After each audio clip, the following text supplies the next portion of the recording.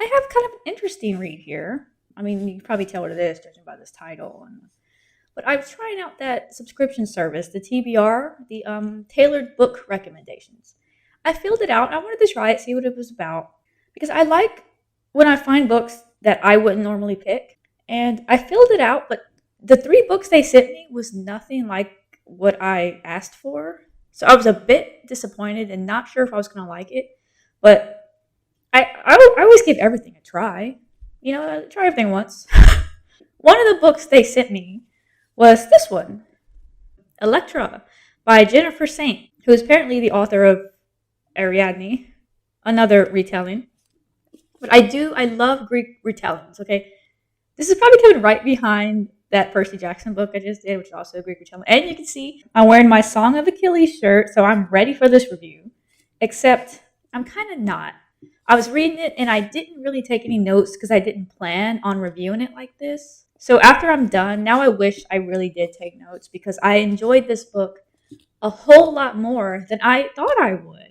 Some people call it a feminist retelling, but I don't see it that way because that would kind of bother me because it's a bit of an extreme viewpoint for me, and I'd rather just have a normal book. And that's what this is. It's a regular book it's a retelling of the fall of Troy, but from three women's perspectives who are kind of side characters in the story. And that's what makes this so interesting. And it's not from the hero's point of view. And when I mean heroes like Menelaus and Agamemnon. They're actually shown to be more like villains because they don't realize what their actions do to the innocent people they care about, who might even be oceans away. And they don't realize what war does to their families. Even side characters, like Odysseus. It's mentioned how he's been away from his wife and his child for so long that he pretty much missed his whole child growing up.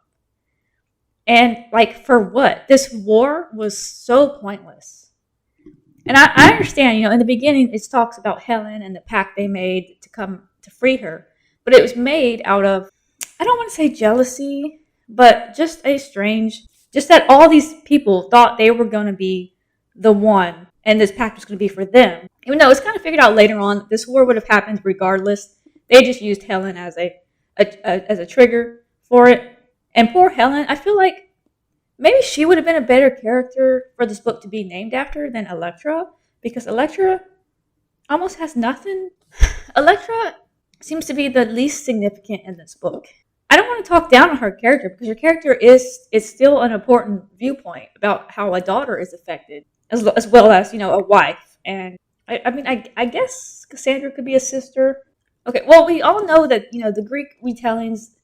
The Greek stories, there's only so many times you can retell them because it's the same stories that you're retelling. You can't change the base story, basically, so you'll be retelling the same stories, just trying to do it differently. But this one does it really well because of its poetic writing, and the writing is so enjoyable. It easily transitions from one scene to the next, and you don't have to see what happens because those aren't the important parts that the story's trying to make. So it pretty much skips the part that you're used to seeing, the war part, and it just kind of jumps ahead to after that to when one of them is reacting to it. Each of the characters have their own reason to be angry, to be upset. And I don't want to pull this card, but women in ancient Greece didn't have it easy because all three of them are kind of subject to being married off.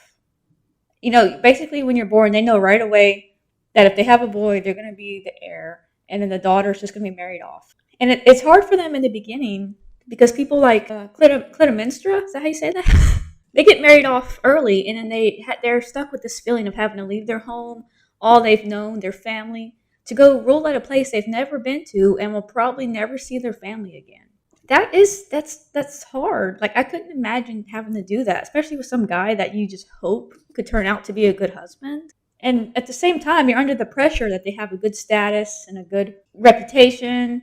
But oftentimes, those things do not go in hand. A lot of people who have the good status and the money have taken it by, force or fear, and they don't turn out to be good lovers. Honestly, Clytemnestra, they seem to have gotten along really well in the beginning. Like, I thought it was pretty romantic how she was able to talk to him and convince him to let. Okay, I don't want to go and like explain the whole family thing, but there's drama in his family, but it's like a cycle of revenge. Somebody comes, they kill their family, they let one go, then they grow up, they come back, they take revenge, they let them go, so on and so forth. And he was going to do the same exact thing, but she convinced him to let the kid live this time. And he kind of brushed it off. It's like, oh, you're just a woman, so you're naturally sympathetic. But when he comes back, he mentioned it. He was like, and the boy lives. So it was kind of a good connection between them. And she sounds like she actually had it okay, living with Menelaus up until the war stuff happened. And he turned out to be a major douchebag. Because not only do, like in ancient Greece, like it's kind of a staple that the winners get to claim the women and the slaves and all that. Being a wife, it must be incredibly hard to watch your husband like take other women or just have other women. Like that would be a no for me, dog. You know what I'm saying? But they just accept it as like a way. It's their way. And it was a huge part of the drama between Achilles, his slave girl, and all that. Even though it wasn't for him, it was still a huge part of the book. Except they don't show it in this book, which is great because that's not what's important. But Achilles plays a vital role, even though he's not even like in, even though he doesn't know he plays a vital role. And poor Clytemnestra, her story was probably the most intriguing because she turned into like a literal villain. But she was a sympathetic villain, the kind of villain that people like. Because I don't want to go crazy with it, but Menelaus does something horrible when he's in war. Well, Clytemnestra, when she settled into the marriage life, she actually settled pretty good, and she realized that her true calling was to be a mother. It's never come out and said, sort of like Cassandra realized her true calling is to be a prophet. Clytemnestra would be described as a mother. Even though she's also a wife, she's more importantly a mother.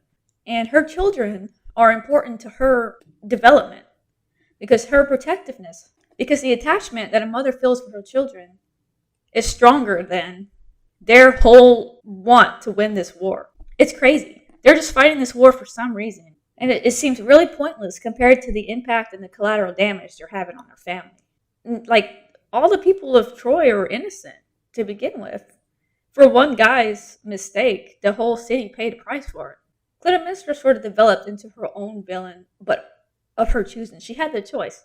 I understand ELEKTRA was there to sort of try to keep her on the right path and try to tell her. Even though ELEKTRA was so angry, I think she indirectly tried to make her mom see that this revenge stuff is just hurting her family.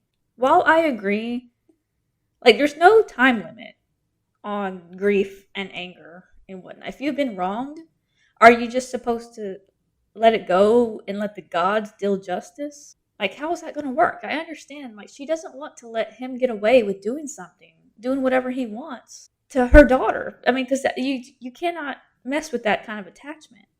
And what Menelaus did was horrible. And what's worse is that this is like a common thing they do in the Greek. I mean, not now, but you know what I mean. And ELEKTRA, she was a major turnoff for me because she just like, she would not see her mother's way no matter what. And I understand that a daughter's attachment to her father is also something that's hard to break. But her father went away when she was very young. Like, she was a child, a baby almost.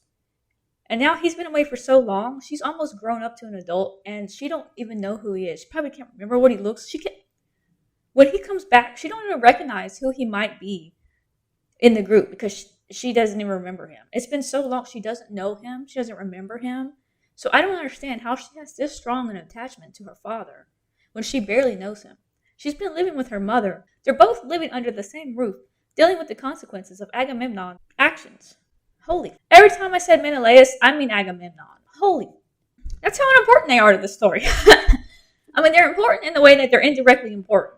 Their actions are important, but they think they're the heroes of their own story, and they're not. They're the villains of this book. And these women, they don't even realize what they're doing to these women and all these other people that are innocent and surrounded by it. I mean, and ELEKTRA is so childish to the point. I mean, I understand because she is a child, yes. But she doesn't recognize her father, and she doesn't try to take her mother's side when her mother tries to come to her several times with a bridge. She can't. She even says, like, oh, my father can do no wrong. This is the way it is. He's supposed to do this because the gods told him to. I'm I'm sorry. No. It makes her sound incredibly selfish. Because she lost a sister too. And she don't even care. And there's also Cassandra is also an important part of this book, but she's separated from these three women because she's actually in Troy. She's a princess of Troy, but she's not the usual kind. She's kind of the black sheep. Her sister is more beautiful, and she knows her fate is probably to be married off somewhere, the same as always. But she found a greater calling in being a prophet for Apollo. And she turned out to be sort of the black sheep because she apparently Apollo visits her. And this is an intense moment. I'm not sure if I believe her or not because, like the women around, I know poor Cassandra, it's even affecting me.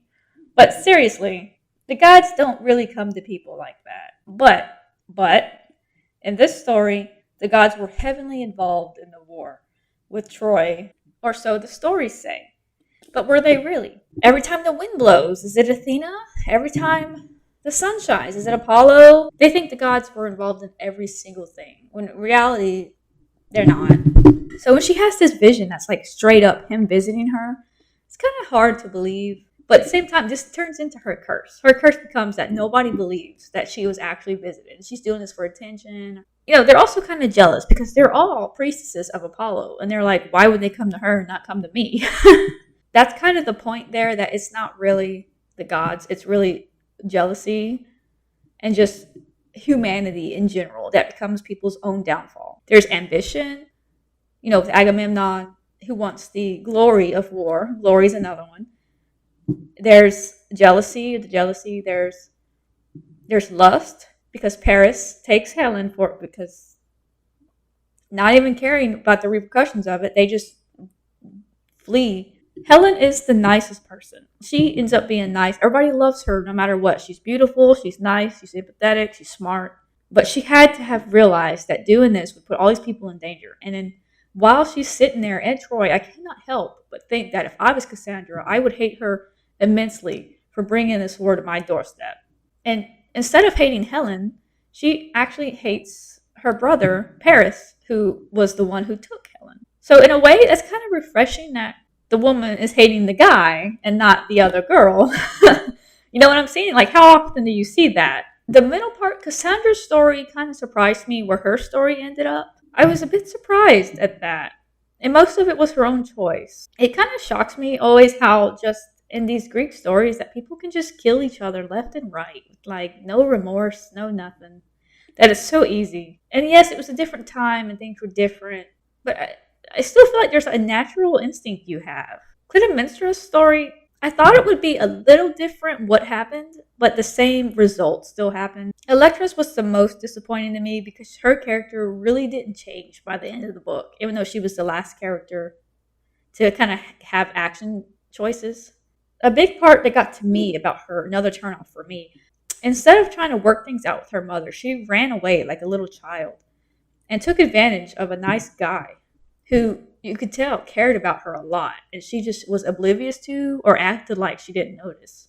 He tried to even understand her empathy for her father, even though he never knew him, and they were both the same age. The fact that he didn't know him at all, or remember, and he was just being nice, meant that she didn't remember him at all either. She was just holding on to this image because she was hoping that something would come and change her situation, which was a result of her mother's situation, which was a result of Agamemnon's situation. But there was no sense in her taking advantage of this nice guy when he genuinely tried every day to make her happy and probably woke up feeling awful that nothing could be good enough for a princess. She would just look around, she would wake up and look around at her surroundings and think about how much she hated her life now, and that she was starting to realize how bad she actually didn't have it. At the end, it kind of just happened. I didn't really see it happening that fast, what happened, and that there was no mistake to it. Like, it just happened as they wanted it to. Despite the warnings and her trying to warn her mother about it, despite her being warned about it, her development, she did the thing anyway, and she ended up ruining her brother's life for her because her anger was so selfish. She avoided doing the thing herself, and now that it put her brother in this position of feeling like he does for the rest of his life. I'm trying so hard not to be spoilers here, okay? Just in case someone does click on this video. That's about all I have to say about this. Like I said, I forgot to take notes. I'm just trying to remember this from thinking about it right now. And I'll probably remember stuff later that I'm going to regret not saying or putting in the video. But I was surprised by how much I enjoyed this book. And it might be because I just enjoy Greek mythology in general. But I do think the flowy writing and the easy transitions were a big help to that. So I'm going to make sure I leave good feedback for this on the TBR subscription. And I'll try the other two books they sent.